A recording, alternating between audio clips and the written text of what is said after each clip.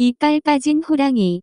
이빨 빠진 호랑이로만 알았던 이남조가 마지막 잽을 날리기로 했다. K기업을 포함해 자신에게 청탁을 부탁한 대기업 3곳을 터뜨리기로 한 것이다. 어차피 죽을 거 같이 죽기로 한 거다. 이남조는 부르튼 입술과 충혈된 눈으로 마음을 다잡았다.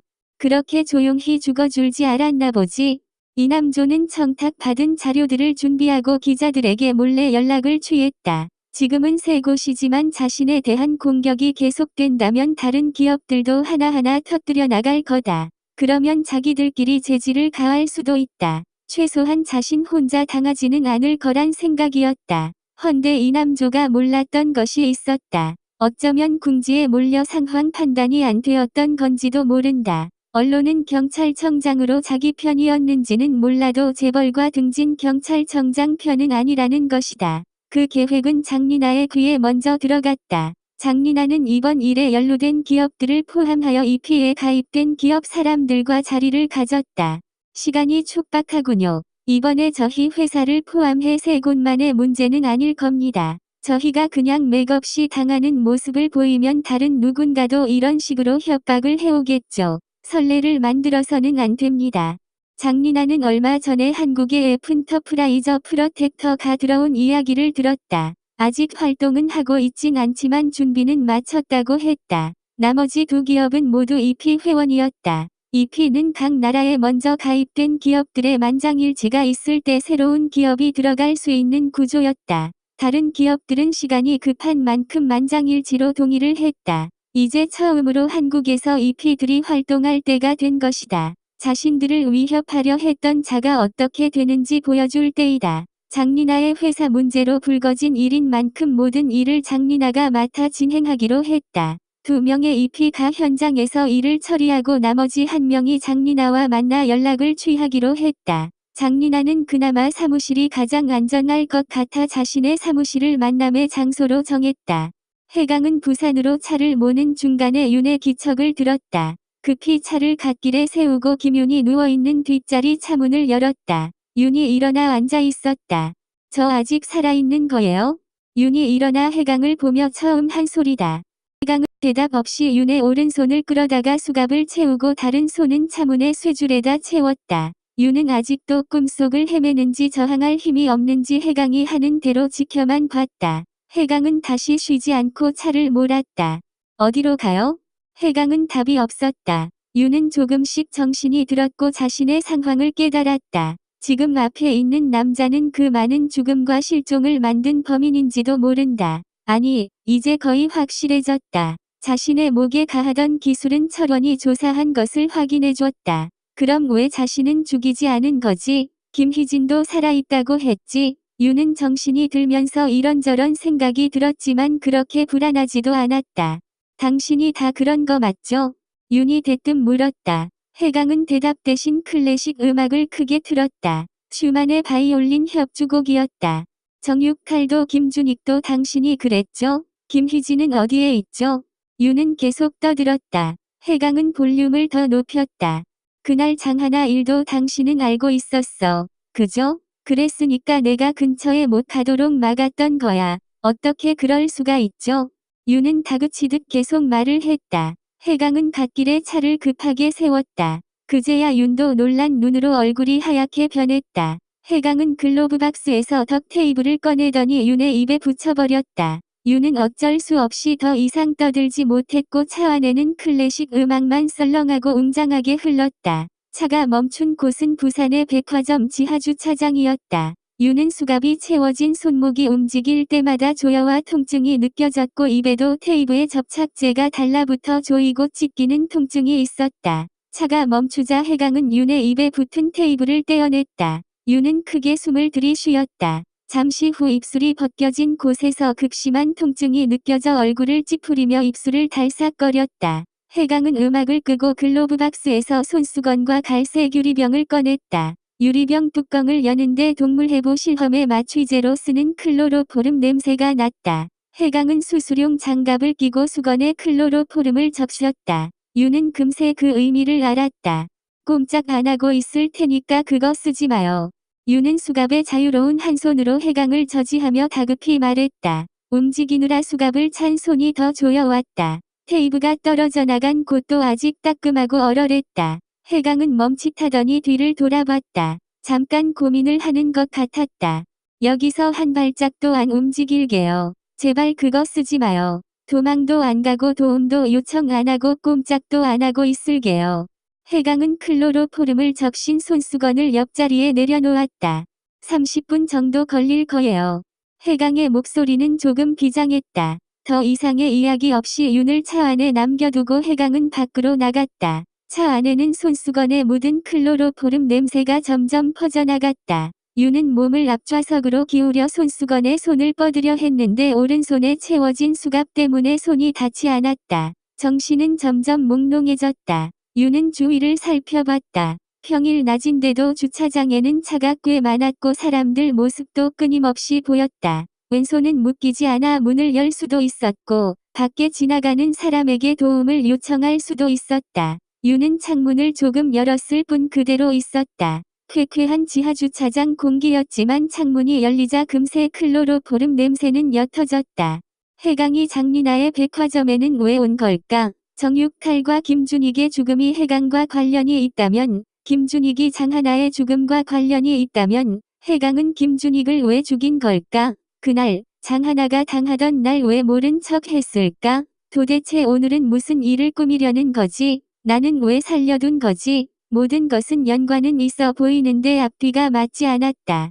해강은 엘리베이터에 오르며 재킷 팔라에 달린 손톱만한 은색 돼지를 매만졌다. 초소형 카메라였다. 그동안 담담히 잘 해왔는데 오늘은 조금 긴장이 되었다. 해강은 9층으로 올라가는 동안 숨을 크게 들이쉬었다. 이것으로 일은 끝난다. 오늘 이남조가 제거될 거다. 사장실로 들어갔을 때 장리나가 기다리고 있었다.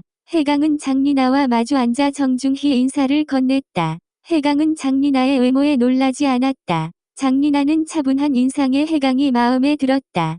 내 아버지는 당신 아버지 회사의 젊음을 바쳤죠. 내 아버지는 함께 청춘을 바친 사람들을 위해, 그 가족들을 위해 싸웠어요. 내 아버지는 당신들 것을 뺏으려던 게 아니라 정당한 대우를 해달라고 말했죠. 그리고 제거되었습니다. 당신들의 세계에 도전한 죄, 당신들의 폭력에 울부짖은 죄, 스스로 존엄하려 했던 죄. 지금 끝내면 되겠습니까? 해강이 차분히 말했다. 장리나는 조용히 고개를 끄덕였다. 해강은 확인 차원에서 이남조의 사진과 프로필을 장리나에게 보였다. 장리나는 말없이 고개를 끄덕였다. 방금 한국에서 처음으로 EP의 일이 시작되었습니다. 회원 기업의 요청 시에 본부와 해당 국가 회원들의 만장일치 동의가 있을 때만 EP는 움직이며 임무가 완료되면 연회비의 10%를 추가 납부하셔야 합니다. 비밀 누설은 안 되며 일이 잘못되었을 시에는 해강은 EP 가입 서류와 약정들을 줄줄이 읊어나갔다. 동의하십니까? 장리나가 고개를 끄덕이고 서류에 사인을 했다. 잠시 후 해강에게 전화 한 통이 걸려왔다. 신문사 사람이었다. 방금 이남조가 기자와 만나 이야기를 끝내고 사무실을 나갔다는 것이다. 이남조가 지하주차장으로 가고 두 EP가 총을 쏘고 주차장을 빠져나가기까지 대략 10분. 신문사 주차장에서 가장 가까운 경찰서에서 경찰이 신고를 받고 도착하기까지 6, 8분. 해강은 장리나 앞에서 경찰서로 긴급 문자 한 통을 보냈다. 문자는 이미 작성해뒀다. 살인사건 현장, 주차장의 위치, EP들의 차번호를 함께 적어 보냈다. 장리나가 해강의 모습을 유심히 살폈다. 단정한 차림에 진중해 보이는 인상이다. 장리나는 해강이 어떻게 이런 일에 발을 들였나 하는 의문이 들었지만 물어보지는 않았다. 이 해강이라면 왠지 믿어도 될 것 같은 느낌이었다. 해강은 경찰에게 문자를 보낸 직후 두 EP에게 이남조가 주차장으로 내려가고 있다는 메시지를 보냈다. 두 EP와는 예행 연습까지 마쳤다. 그들은 이남조가 있는 신문사 주차장에서 대기 중이다. CCTV가 없는 동선도 미리 알아두었다. 준비한 대로만 하면 된다. 알렸으니 곧 끝날 겁니다. 해강은 장리나에게 사실을 알리고 서류를 건넸다. 이것으로 EP 회원이 되셨습니다. 이제부터 더 견고하고 강한 힘을 가지게 되신 걸 축하드립니다. 해강은 웃으며 악수를 청했다. 장리나도 웃고 있었다. 해강은 사장실을 나와 엘리베이터에 오르며 시간을 보았다. 이제 대충 마무리가 지어졌을 거다. 장리나는 해강이 떠나는 뒷모습을 보았다. 꽤나 듬직한 사람으로 보였다. 이제 확실한 힘을 얻은 것이다. 하지만 장리나는 지금의 모든 상황들이 인터넷 TV로 실시간 생중계되었다는 건 몰랐다. 해강이 장리나와 마주 앉아 이남조의 사진에 고개를 끄덕이며 처리를 지시하고 EP 회원 가입 서류에 서명을 하는 모습부터 방송은 시작되었다. 해강의 재킷 칼라의 카메라는 정확하게 장리나의 얼굴을 비추었다. 신문사 주차장에는 CCTV가 없는 곳을 따라 EP들의 동선을 짜고 그곳에 미리 소형 카메라를 설치해두었다. 두 대의 EP 차가 이남조의 차가 나오는 순간 그 앞과 옆을 막아섰다. 김정현과 강준영이 차에서 내렸고 이남조가 앉은 운전석의 옆과 앞에서 총을 겨눴다. 당황하는 이남조에게 김정현과 강준영은 한치의 망설임도 없이 총을 한 발씩 발사했다. 이남조의 머리에 2개의 구멍이 났다. 김정현과 강준영은 바로 차에 올라타고 주차장을 빠져나갔다. 그들은 복면도 하지 않았다. 중간에 CCTV에 찍히면 괜히 더 이상해질 것을 대비해서이다.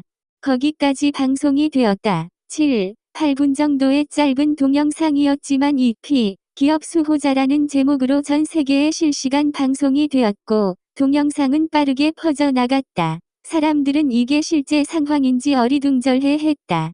주차장 입구에서는 정확한 시간에 도착한 경찰들이 김정현과 강준영의 차 번호를 확인하고 바로 검문을 요구했다. 그들은 연습 규정대로 총을 보조석 시트 아래에 난 비밀 상자에 숨기고 아무것도 모르는 얼굴을 했다. CCTV 어디에도 찍힌 곳이 없으니 문제없다 생각했다. 함께 온 다른 경찰이 지하에 내려가 머리에 총을 맞고 죽어가는 이남조를 발견했고 김정현과 강준영은 우선 연행이 되었다.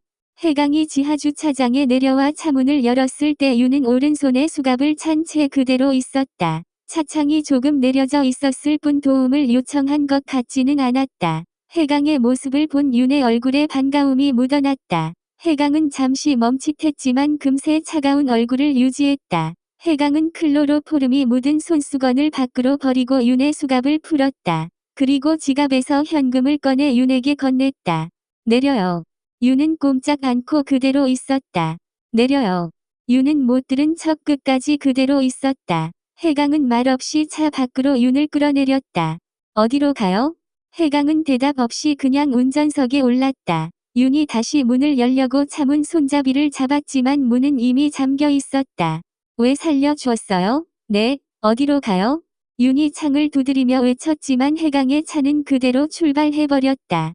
해강은 차 안에 둔 여권과 비행기 티켓을 확인했다. 이제 제니가 있는 파리로 가는 거다. 제니로부터 무사히 파리에 도착했다는 연락은 받았다. 지화영도 이탈리아에서 파리로 이동해 제니와 합류했다고 했다. 제니는 내내 부디 조심하라는 말뿐이었다. 해강은 차를 몰며 턱 주위로 수염을 붙이고 머리를 헝클였다. 한국에 온 지 반년 만에 일을 마무리 지었다. 장리나는 지금쯤 어떻게 됐을까? 흉측하게 못생긴 얼굴 그 안에는 오랜 시간 단련되고 정제된 자신감이 보였다. 살인을 지시하는 그 눈빛은 악하지도 격하지도 않았다. 다른 곳에서 다른 삶으로 장리나를 만났다면 어쩌면 그녀가 마음에 들었을지도 모르겠다. 김유는 지금쯤 서울로 가는 기차에 올랐을까? 수갑이 채워졌어도 차문을 열 수도 있었고 사람들을 불러 도와달라고 했을 수도 있었는데 꼼짝 않겠다는 말대로 차 안에서 자신을 기다리고 있었다. 겁도 없이 따라가겠다고 차에 붙어있지를 않나. 꼼짝 않겠다고 자신을 납치한 사람한테 마취제를 거부하지를 않나. 자신은 왜 김윤의 말을 믿어준 걸까? 어설프고 겁 없는 얼굴로 정투 위에서 아저씨들과 웃고 있던 윤의 모습이 떠올라 해강의 얼굴에 엷은 미소가 번졌다. 공항으로 가는 도로는 잘 뚫렸고 살짝 열린 창으로 들어오는 바람은 시원했다. 아버지의 이름이 부끄럽지 않게 살게요. 어린 해강이 울먹이며 말했다. 우린 각자의 자리에서 각자의 세계를 밝혀가며 그렇게 하나의 빛이 될 거다. 아버지 이주현은 조용히 어린 해강의 머리를 쓰다듬었다. 아버지의 아들이 된 건 행운이었어요. 해강이 머리에 피를 흘리며 쓰러진 유명환을 안고 말했다. 슬퍼하지도 서러워하지도 말아라. 내가 걸은 이 길을 따라 누군가는 두려움 없이 걸을 수 있을 거야. 부디 나를 밟고 가거라. 유명환의 얼굴에 미소가 한가득 번졌다. 해강은 아버지의 손을 더 꽉 잡았다. 그 시간 김해 공항에는 일본에서 건너온 두 남자가 공항을 빠져나오고 있었다. 작지만 단단해 보이는 남자와 보통 키의 엘리트 인상을 풍기는 남자였다. 그들은 일본에서 새로 활동 예정인 일본인 EP들이었는데 가까운 한국에서 처음 EP들의 활동이 진행된다는 소식에 직접 그들을 만나보기 위해 한국으로 오는 중이었다. 그들은 한국에 도착하자마자 임무를 받게 됐다. 그들의 첫 임무였다. 장리나가 해강을 만나는 장면과 김정현과 강준영이 이남조에게 총을 쏘는 장면은 순식간에 전 세계로 돌았고 두 EP는 체포됐다. 그런데 나머지 한 EP가 생중계를 하고는 사라져버렸다. 그렇게 해강을 그냥 보낼 수는 없었다. 해강이 주차장을 떠나고 윤도 서둘러 백화점을 나왔다. 다행히 해강의 차가 주차장을 막 나오고 있었다. 윤은 얼른 택시를 잡아탔다. 저기 보이는 벤 따라가 주세요. 해강의 차는 김해공항을 향하고 있었다. 윤도 이해강이 이희철이라는 사실을 알고 있었다. 정투위 아저씨들이 해강이 이주현의 아들 이희철과 닮았다고 하는 말을 듣고 계속 조사를 해본 것이다. 얼마 전 K기업 노동자들의 투쟁 역사를 담은 영상이 제작되었는데 그 중에 어린 이희철이 추모사를 읽고 있는 장면이 있었다. 한눈에 보기에도 이해강과 많이 닮은 아이였다. 윤은 아저씨들에게 그 아이가 지금 어디 있는지 물었고 미국으로 입양되었다는 이야기를 들었다. 어느 집으로 입양됐는지 미국에서 생활은 어땠는지는 찾아볼 방법이 없었는데 아까 해강의 차 운전석 옆 센터 콘솔에 삐져나온 사진 한 장을 발견한 것이다. 그 사진은 어린 해강, 이희철이 부모님과 여동생과 함께 바닷가 모래사장에 서 있는 모습이었다. 그 사진으로 짐작과 동시에 확신을 한 거다. 윤이 한 가지 더 알아낸 사실이 있는데 이주현의 의문사 담당 경찰이 그 당시 이남조였다는 거다. 어젯밤 김희진, 정육칼, 김준익의 사건들을 보면서 그가 왜 그런 행동들을 했는지 생각하고 또 생각했다. 오늘 장리나의 백화점 지하주차장에서 클로로포름 때문에 정신이 몽롱해지는 동안에도 해강의 행동들을 계속 생각해보았다. 그는 K기업의 장 회장이 죽이고 싶도록 미웠을 거다. 그들을 도왔던 경찰도 용역도 죽도록 미웠을 거다. 하지만 아직도 의문들은 너무나 많았다. 당시 이주현 담당 형사인 이남조 아내 김희진이야 그렇다 치고 장 회장의 딸 장하나도 그렇다 치고 용역이자 장하나 사건의 걸림돌이 될 김준익도 그렇다 치고 정육칼은 왜 죽였을까? 오늘 장리나의 백화점에는 왜 온 걸까? 그가 자신을 차 안에 두고 백화점으로 올라간 그 10여 분 사이에는 무슨 일이 일어난 걸까? 아침에 철원의 집에서 그와 마주쳤을 때는 놀라기도 했지만 올 것이 왔다는 생각이었다. 그 모든 사건을 담당하는 철원, 그 사건에 관심을 갖는 여자친구이자 기자. 어쩌면 해강은 자신이 조사한 자료들을 이미 다 알아냈을지도 모른다. 자신을 그냥 둘 수 없었을 거다. 해강의 손이 목에 들어왔을 때는 그 모든 사건의 범인을 확신할 수 있었다. 그대로 자신도 끝이라고 생각했다. 하지만 자신은 살아있고 해강은 자신을 도망갈 수도 있는 곳에 두고 가기까지 했다. 날 왜 믿은 거지? 해강은 왜 이런 일들을 벌인 걸까? 아버지에 대한 복수였을까? 윤은 그를 만나야 했다. 그 긴 시간, 그 세월들을 알아버렸다고 그에게 말해야 했다. 그는 지금 어디로 가는 걸까? 평일 낮에 공항도로는 한산했고 눈발이 흩날리기 시작했다. 첫눈이었다. 해강의 차는 빠른 속도로 계속해서 달렸고 윤의 택시도 그 뒤를 바짝 쫓았다. 해강은 뒤에 쫓아오는 택시를 보았다. 김윤인 것 같았다. 참 징그럽게 겁도 없고 막무가내인 여자였다. 해강은 붙인 턱수염을 매만지며 피식 웃었다. 해강은 속도를 늦추지 않고 계속 달렸다. 그런데 어디서 나타났는지 갑자기 검은색 승용차 한 대가 윤과 해강 사이에 끼어들었다.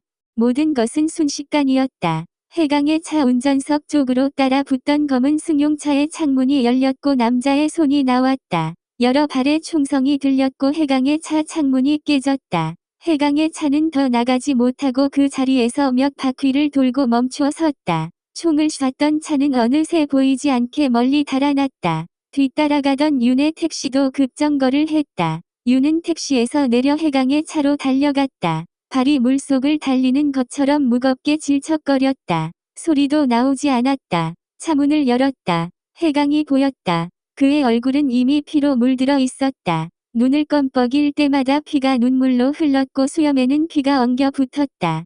윤은 해강의 주머니를 뒤져 휴대폰을 찾았다.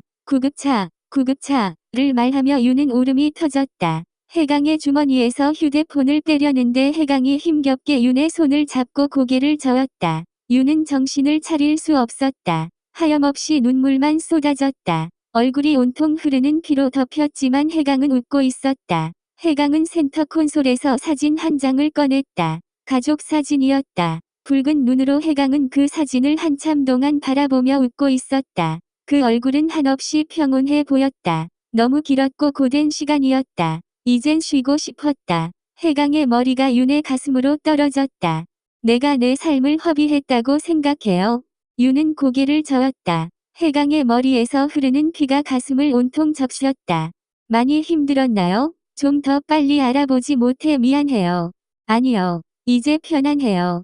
그 후 김정현과 강준영은 이남조를 죽인 흔적이 없을 거라 생각하고 당당히 경찰 조사에 임했지만 그들이 이남조를 향해 총을 쏜 동영상은 그들의 얼굴을 정확히 비추고 있었다. 그들은 개인적인 원한을 이유로 들었고 규정대로 이 피해에 대해 한마디도 말하지 않았다. 총은 어디서 났는지 누구의 지시였는지 장리나와 어떤 연관이 있는지의 조사는 진행되지 않았다. 장리나의 동영상을 본 사람들은 그녀의 못생긴 얼굴에 대한 이야기뿐이었다. 대기업의 딸이 저렇게 돼지 괴물이었다니 하는 이야기가 대부분이었고 살인을 지시하는 이야기는 처음에 몇 번 언급되다가 장리나의 외모에 묻혔다. 경찰조차도 장리나에 대한 조사는 진행하지 않았다. 그 동영상의 진위도 이제는 가상으로 꾸민 일이라고 말이 돌기 시작했다. 이남조를 죽인 두 EP는 경찰에 잡혔지만 이해강을 죽인 사람들은 수사가 들어가지도 않았다. 김희진과 장하나의 사건은 여전히 이남조의 지시하에 김준익이 저지른 것으로 결론이 났다.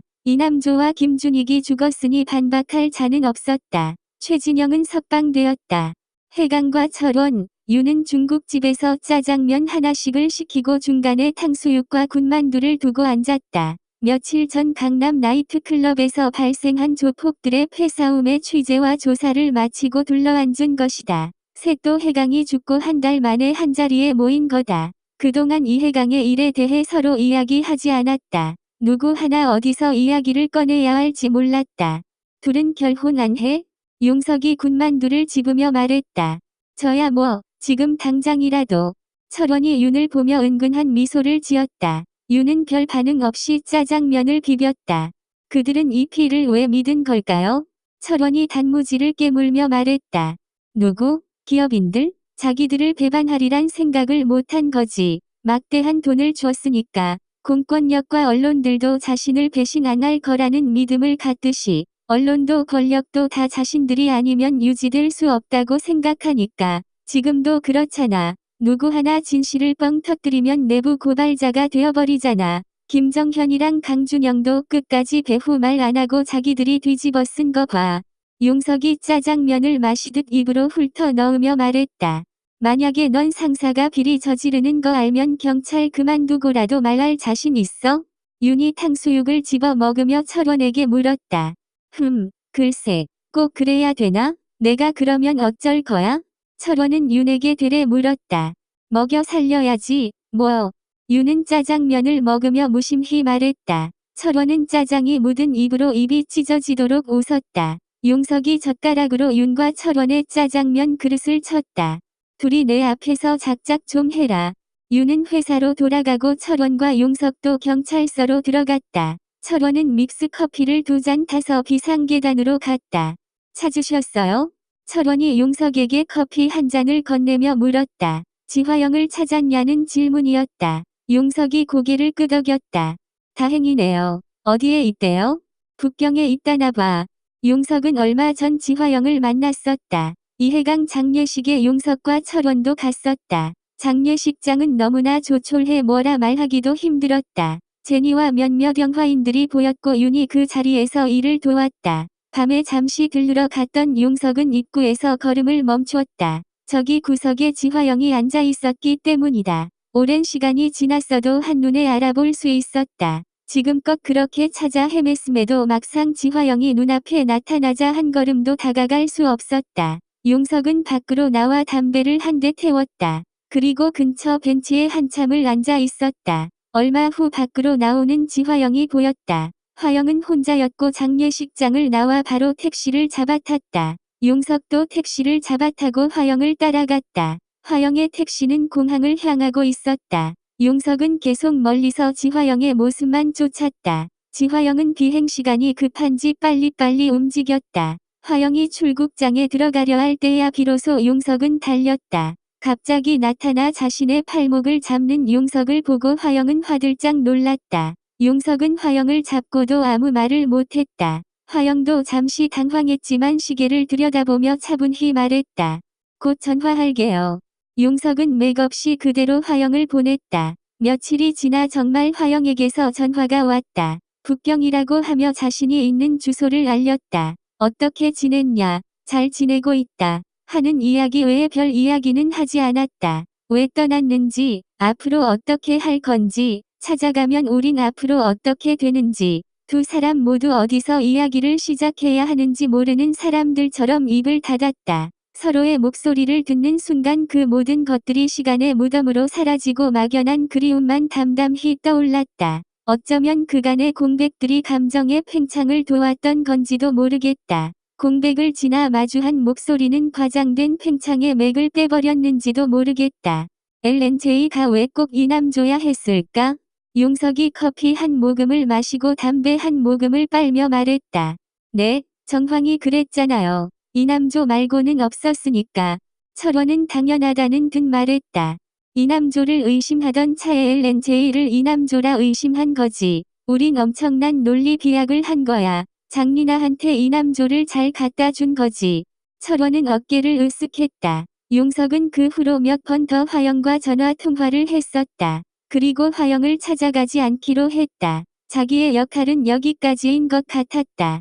철원이 집에 갔을 때 오랜만에 윤이 미리 와 있었다. 저녁은? 윤이 철원의 옷을 받으며 다정하게 물었다. 왜? 안 먹었으면 해주게? 철원이 애교 섞인 투로 물었다. 아니, 네가 차리면 같이 먹으려고. 철원은 어이없이 웃으면서도 식사 준비를 하러 주방으로 갔다. 식탁에는 이미 상이 차려져 있었다. 기다려. 국만 데우면 돼. 윤은 가스레인지 불을 올리고 밥을 푸며 말했다. 왜 그래? 무섭게. 철원은 주춤주춤 식탁에 앉으면서도 얼굴은 웃고 있었다. 갖은 반찬과 해물탕이 차려졌다. 너 요리 잘했구나. 어쩜 이렇게 간도 잘 맞고 맛있지?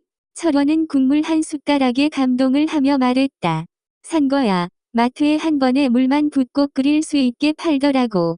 윤의 퉁명스런 대답에 철원은 붓 하고 웃었지만 밥 두 그릇을 비웠다. 식사를 마치고 철원은 홍차를 우렸다. 이렇게 마주 앉아 한가로운 시간을 보낸 게 너무 오랜만이라 기분이 이상할 정도로 좋았다. 해벌쭉 웃으며 철원은 이것저것 경찰서에서 있었던 일들을 이야기했다. 용석이 지화영을 찾았다는 이야기도 했다. 이야기를 듣는 윤의 얼굴은 사뭇 심각해 보였다. 우린 어쩜 각자 보고 싶은 것만 봤던 건지도 모르겠어. 무슨 말이야? 철원은 갑자기 심각해진 윤을 보며 함께 심각해졌다. 윤은 종이 한 장을 철원에게 건넸다. 배여경이 있는 곳이야.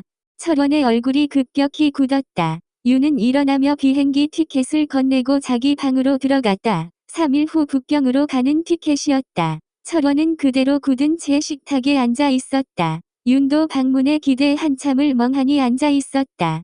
윤은 이해강의 장례식에 처음부터 끝까지 일을 도왔고 그곳에서 제니를 만났다. 제니는 윤이 해강의 마지막을 함께 했다는 사실을 알았다. 마지막 모습이 어땠어요? 제니가 조용히 물었다. 제니는 겨우 버티고 있는 것 같았다. 편안했어요. 윤은 어떻게 위로해야 할지 몰라 엷은 미소를 지어 보였다. 제니는 견디기 힘들어 보였지만 겨우겨우 마음을 다잡는 듯 했다. 둘은 한참을 말이 없었다. 저기, 혹시 배여경에 대해 알아요? 윤이 조심스레 물었다. 김희진의 일이 배여경과 관련이 있다면 그 모든 일을 꾸민 해강도 배여경을 알지 않을까 하고 생각해본 거다. 그러면 제니도 배여경을 알지 않을까 하고. 곤란하면 말씀 안 하셔도 돼요. 알아요. 근데 가르쳐주면 남자친구한테 알려줄 건가요? 윤이 마른 침을 삼키며 제니를 똑바로 봤다. 다 알고 있었군요. 모두 계획적이었군요. 윤이 약간 흥분한 투로 말했다. 지금껏 이들이 던진 미끼를 덥석덥석 잘도 받아먹었던 거다. 미안해요. 아니에요. 지금에 와서 그 모든 게 무슨 소용인가 싶었다. 둘은 또 한참을 말없이 과일을 깎고 떡을 접시에 담았다. 문상 오는 사람이 별로 없어 음식을 담은 접시는 계속 쌓였다. 알려주세요. 언젠가 한 번은 만나야 하지 않겠어요? 배여경도 철원이 찾을 수 있다는 거 알고 그런 거잖아요. 윤의 목소리는 차분했다. 어쩌면 철원이 이미 알고 있을 수 있겠다는 생각도 들었다. 제니는 북경의 한 주소를 알려주었다. 저도 지금 거기에 함께 있어요. 철원은 그대로 식탁에 앉아 윤이 건넨 주소와 티켓을 한참 동안 들여다봤다. 철원도 배여경이 있는 곳을 알고 있었다. 낮에 용석으로부터 들은 것이다. 배여경이 지화영과 함께 한국에서 성노동자 인권 활동을 했다는 것도 용석으로부터 들어 알고 있었다. 그 사람도 지화영이랑 같이 있대. 용석은 철원에게 배여경의 전화번호가 적힌 종이를 건넸다. 용석이 담배를 다 태우고 경찰서 안으로 들어가고도 철원은 계단에 그대로 한참을 있었다. 철원도 김희진과 제주도 국제선으로 나가는 배여경의 모습을 보고 행적을 조사해보려 했었다. 하지만 어느 지방으로 간 것을 알았다 해도 거기서 어디에 있는지 찾을 수 없을 테고 또 상해를 통해 다른 국가로 넘어갔을 확률이 높아 포기했었다. 어쩌면 이런저런 핑계를 대며 찾지 않으려던 건지도 모른다. 사건들이 진행되면서 계속해서 배여경의 기억들을 유예시켜왔다. 배여경은 대놓고 자신을 찾으라고 흔적을 흘려놓았다. 하지만 정말 자신을 찾으라는 것이었을까? 낮에 용석으로부터 연락처를 받고 그 마음에 확신이 들었다. 여기까지가 끝인가 보다. 철원은 윤의 방문을 두드렸다. 윤은 대답이 없었다. 야, 너 휴가 언제냐? 우리 여행이나 다녀올까? 철원은 계속 문 앞에서 이런저런 이야기를 떠들었다. 야, 너 내가 빨래 돌리고 바로바로 널라고 몇 번을 말하냐? 젖은 채로 세탁기에 있으면 나중에 다림질할 때도 힘들단 말이야. 야, 너 내가 퇴근 시간보다 늦어지면 전화하라고 몇 번을 말했어? 어제는 새벽에 들어오면서 전화기는 왜 꺼놓냐? 야, 너 그리고 내가 자전거 바람 빠지면 수시로 바람 넣어줘야 타이어 안 닳는다고 몇 번을 말하냐? 여기 아파트 입구에도 공기주입기 있고 지하철 입구에도 있잖아. 야, 너, 그리고 내가. 방문이 열렸다. 윤은 무표정했고 철원은 웃고 있었다. 너 설거지 안 하냐? 윤은 철원의 어깨를 치며 거실로 나갔다. 윤은 명동의 한 분식집을 찾았다. 분식집을 가는 길은 철거가 한창 진행되고 있었다. 철거를 위해 온 용역 직원들과 세입자들 사이에 한바탕 몸싸움도 보였다. 이 지역은 재개발을 앞두고 세입자들과 재개발 시행사와 오랜 싸움이 있는 곳이었다. 아직도 단계적으로 철거가 진행되면서 많은 충돌이 있었다. 윤이 찾은 분식집도 철거가 진행될 지역 안에 있었다. 떡볶이와 튀김을 내오는 주인은 별 의욕이 없어 보였다. 덩치 큰 남자 주인이 눈물을 훔치는 게 보였다. 여자 주인은 남자의 등을 토닥이며 위로하기도 하고 찰싹 때리며 야단을 치기도 했다. 이게 다 내가 벌 받는 거라 카이. 내가 저기 전마들처럼 사람들 패고 쫓아내고 그랬다 카이. 남자가 훌쩍이며 말했다.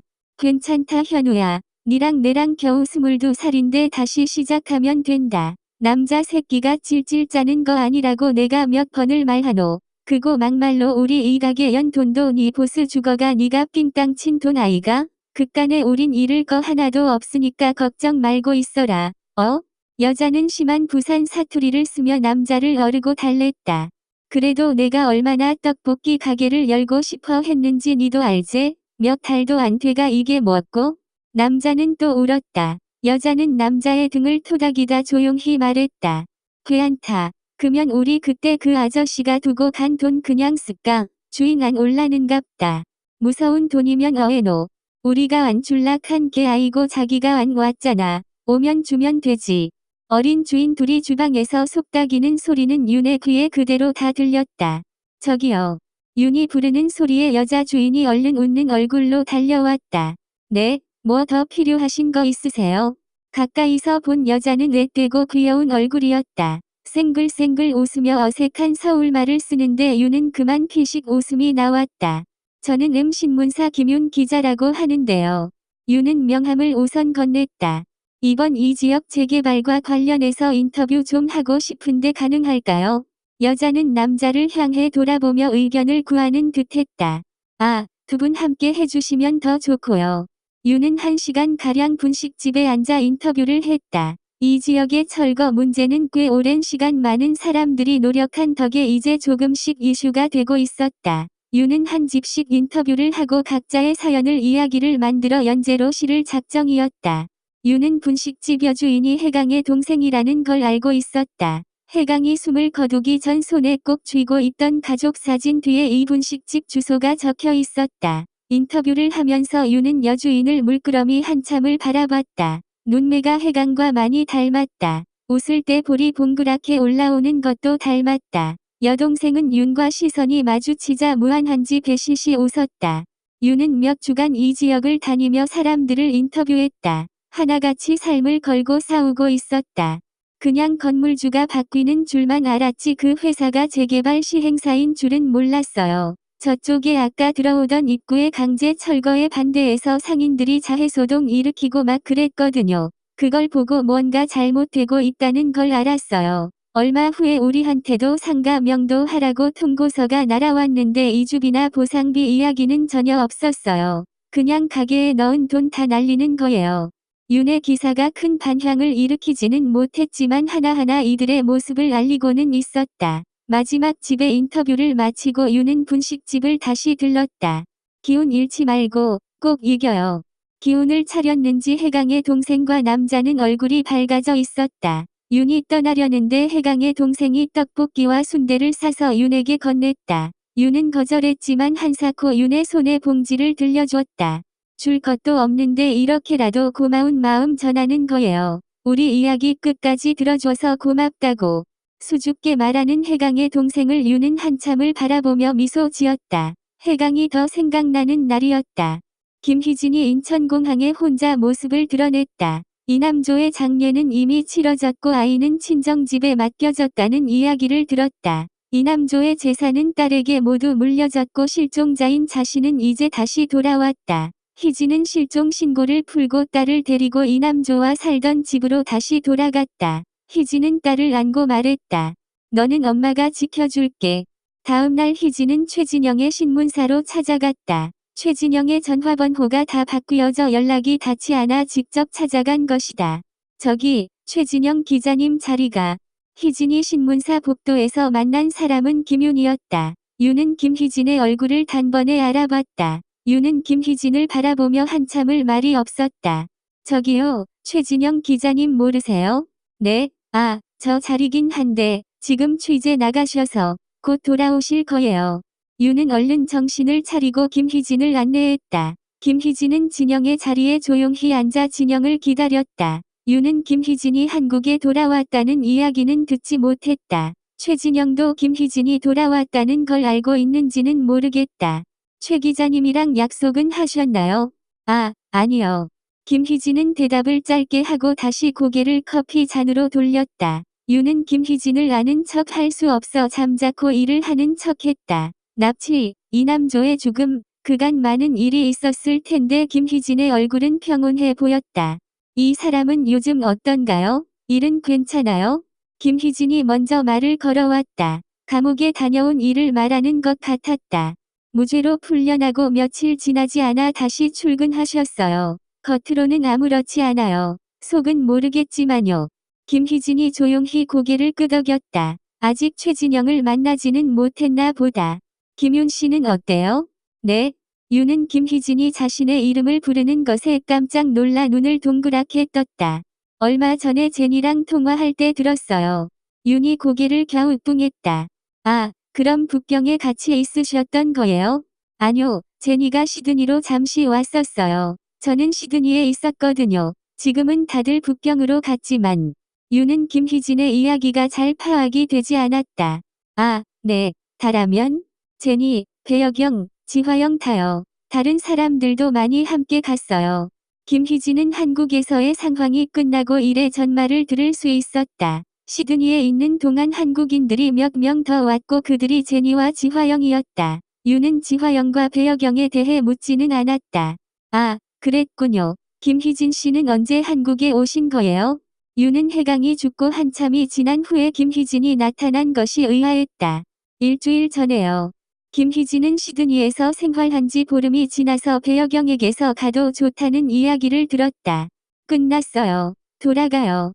배여경은 비행기표와 여권과 얼마의 여비를 건넸다. 김희진은 잠시 생각을 했다. 당신들은 앞으로 어떡할 거예요?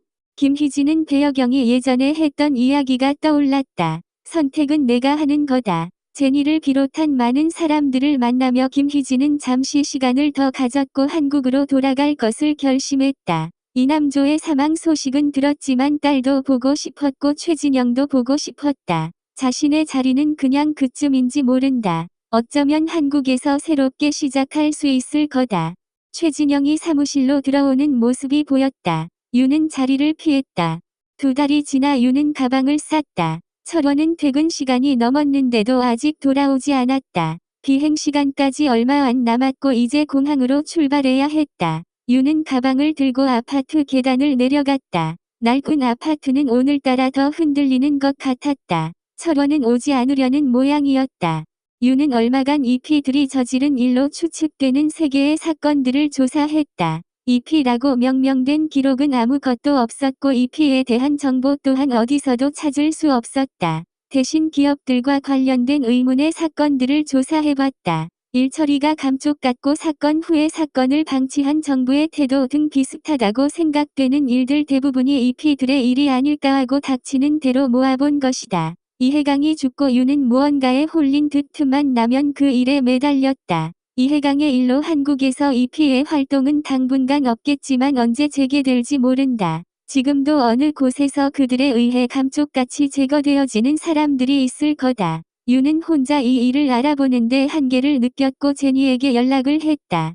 충분히 생각하고 하는 거예요? 제니의 질문이었다. 유는 그렇다고 대답하려다 스스로도 확신이 서지 않아 그럴 거예요라고 대답했다. 그래도 할 수 있는 만큼은 하고 싶어요. 유는 앞으로 자신의 마음이 어떻게 변할지 확신이 서지 않았지만 지금은 이 일을 해야 한다는 확신은 있었다. 제니는 미국 샌디에고의 정상수와 연결을 시켜줬다. 그 분이 지금 그 일을 하고 있어요. 유는 정상수에게 연락을 했고 그는 윤을 직접 만나고 싶다고 했다. 윤의 마음은 이미 그 일을 하기로 결심했다. 신문사 일을 정리하고 떠나기 한 주 전까지도 철원에게 말하지 못했다. 그동안 준비하면서도 도저히 철원에게만은 말할 용기가 나지 않았다. 언제 돌아올지 모르겠어. 한참을 윤의 이야기를 듣던 철원은 말이 없었다. 철원은 다음 날도 그 다음 날도 윤에게 말을 걸지 않았다. 윤의 얼굴도 피했다. 그리고 오늘 떠나는 날이다. 아침에 출근하는 철원에게 윤이 말했다. 오늘 가. 나 오늘 간다고. 철원은 잔뜩 화가 난 뒷모습을 보이며 그대로 집을 나갔다. 유는 베란다에서 철원의 뒷모습이 사라질 때까지 지켜보았다. 유는 가방을 끌고 나가며 마지막으로 아파트를 한 번 더 돌아보았다. 유는 이를 꽉 물고 그대로 걸음을 옮겼다. 이렇게 가볍지 않은 걸음을 떼야 하나 하는 마음이 한구석에 생기면서도 자신은 가고 있었다. 유는 인천공항에서 탑승 수속을 밟고 짐을 붙였다. 괜히 한 번 더 주위를 둘러봤다. 철원은 보이지 않았다. 더 이상 미련 갖지 않기로 하고 출국장으로 향했다. 야! 철원이었다. 출국장 줄에 선 윤이 뒤를 돌아봤다. 까불지 말고 빨리 돌아와. 숨을 헐떡이며 달려온 철원은 윤의 목에 목걸이를 걸어줬다. 목걸이라기보다 이름과 주소, 전화번호가 적힌 목걸이 명찰이었다. 집 잊어버리지 말고 찾아와. 하루에 한 번씩 꼭 전화하고. 유는 웃는 듯 우는 듯 눈물로 엉망이 된 얼굴로 출국장을 들어갔다. 철원은 한참을 그대로 서 있었다. 철원은 집으로 돌아와 현관 비밀번호를 누르고 문을 열었다. 윤이 떠난 방을 쓸고 닫고 밥을 하고 찌개를 끓이고 식탁을 차렸다. 밥을 우겨 넣으며 계속 꿀떡꿀떡 삼켰다. 설거지를 하고 거실에 앉아 TV를 켰다. 개그 프로를 보며 한참을 웃다가 맥주를 꺼내 꿀떡꿀떡 삼켰다. 서 형사님, 뭐 하십니까? 용석은 자다가 전화를 받았는지 반쯤 목이 잠겨 있었다.